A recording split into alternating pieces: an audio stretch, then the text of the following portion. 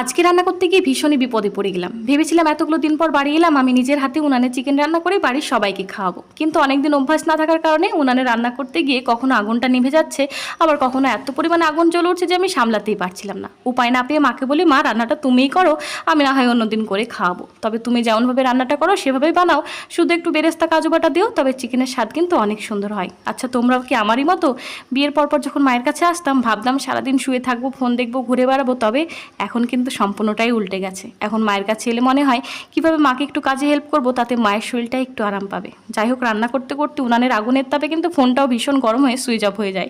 ভেবেছিলাম ভিডিওটাই বানাবো না, মনটা খারাপ হয়ে যায়। আমার মন খারাপ দেখে মায়ের বারবার বলাতে মায়ের ফোনটা নিয়ে আবারও ভিডিও বানাতে শুরু করি। আর হয়তো একেই বলে মা যে ঝোলে নুন ঠিক আছে কিনা টেস্ট করতে বলে এক পিস মাংসও তুলে দেয়। তোমার মাও কি এমন? কমেন্টে জানিও আমায়। তবে শিলে বাটা মশলা দিয়ে কাঠের উনানে বানানো মায়ের হাতের মাংসের স্বাদ কিন্তু আমাদের ভিন্নভাবে বানানো চিকেনের স্বাদের থেকেও অনেক সুস্বাদু।